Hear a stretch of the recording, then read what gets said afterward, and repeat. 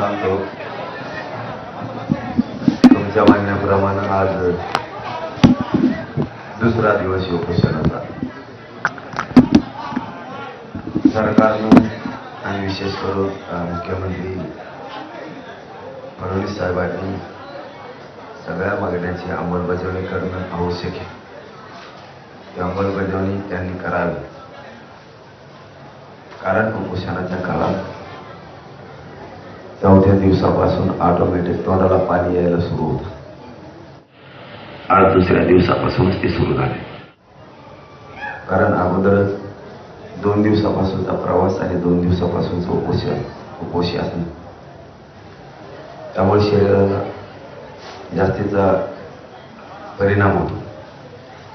त्यामुळे आज उपोषणाचा दुसरा दिवस आहे.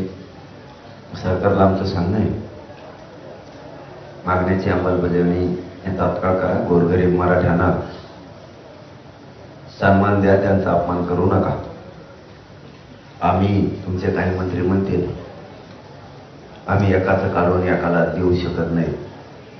आम्ही त्यांचं काढून आम्हाला द्या म्हणत नाही. तुम्ही गैरसमज पसरू नका. महाराष्ट्रात आमचं आहे ते आम्हाला द्या म्हणतोय.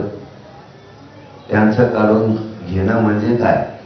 ओबीसीला उदाहरणार्थ 32% आरक्षण आहे, त्यांच्यातलं 20% आम्ही काढून घेणं, मग त्याला काढून घेणं म्हणते. तर त्यांना 10%च ठेवणं, याला काढून घेणं म्हणते. मंत्री संभ्रम निर्माण करते.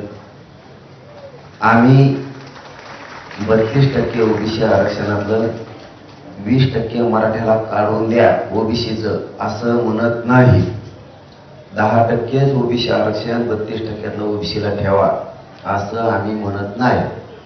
आम्ही म्हणतोय आमच्या ज्या नोंदी आहेत त्या ओबीसी आरक्षणात घ्या.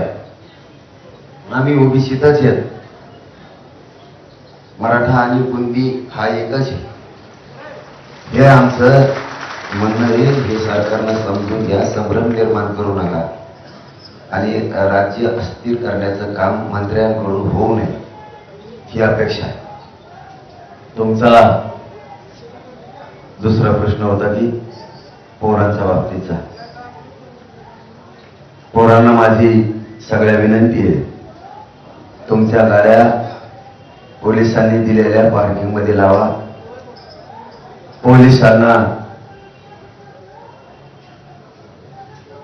कोण बोलत तर कशाला? पत्रकार परिषद चालली तरी बोंबलतोय. तो त्यावेळेलाच आलेला का? फक्त काय करायचंय काय नाही करायचं हे असले पक्षाने पाठवलेले असते. ते त्यांना काय देणं घेणं नाही. काय सांगितलंय काय करायचं